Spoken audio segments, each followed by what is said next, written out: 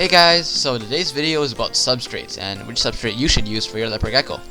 Alright, let's get started. So the first substrate we're going to talk about, which is also the one I use, is Reptile Carpet.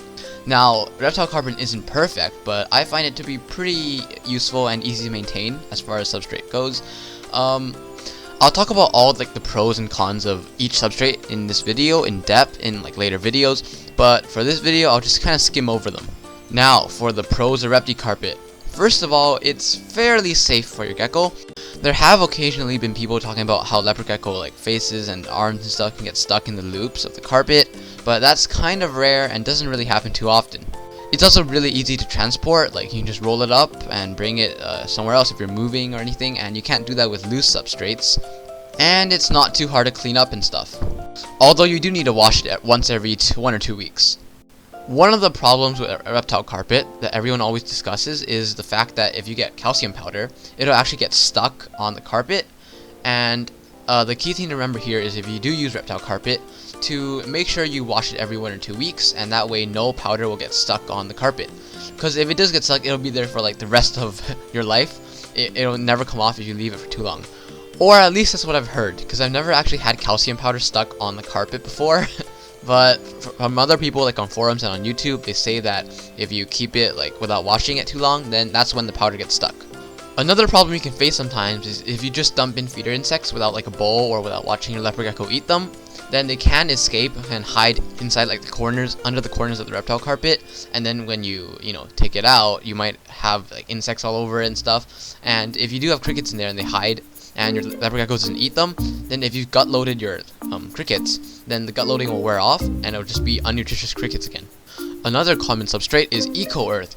Now, this one is a little bit harder to find than reptile carpet, as not that many pet shops do have it. And what it basically is coconut fiber along with other loose substrates, and it's a very safe substrate. A lot of people have kept their leopard geckos on eco earth without any major problems. Since it's a loose substrate, mealworms will actually burrow into it, and that's why you have to feed your mealworms in a bowl or on top of a rock, or just make sure your leopard gecko's eating them before they burrow. And other than that, the only other problem with the eco earth is that it retains a lot of moisture, and moisture isn't necessarily good for your gecko. It can cause mold, respiratory problems, and other things like that. But eco earth is definitely safe and one of the better substrates out there. It's just a little bit hard to find. Another substrate that's super cheap is just paper towels, from your kitchen or something. This is often the preferred substrate for breeders, as it is cheap and can provide substrate for a huge amount of geckos, which is what they need.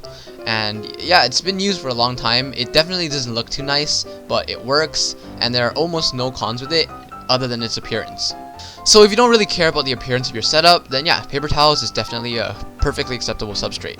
Now this brings us to the next substrate on the list, tiles. Tiles do look very nice, and they are maybe the most safe substrate for your leopard gecko. Some of the problems include they're kind of hard for them to conduct heat, they're kind of expensive, and they do require you to have a bit of knowledge of home renovation and stuff, so you know how to cut the tile, etc. And just if you do use tile, make sure you don't get the glossy ones that you can see sometimes in flooring stores, because if it's too glossy, then your leopard gecko will be unable to get any grip and it'll just slide everywhere, and that's really stressful for the gecko. Now, there is one substrate that a lot of people might recommend to you, but you should definitely not use, and that is sand. Now, there definitely are a few types of sand that might be fine for adult geckos, the super fine ones, but I just wouldn't take the risk. And especially do not buy calcium sand, the ones they sell at pet stores. Those are not good for your gecko, and they can cause impaction, which is when too much sand gets into the gut, and the leopard gecko is unable to digest food properly and unable to excrement properly.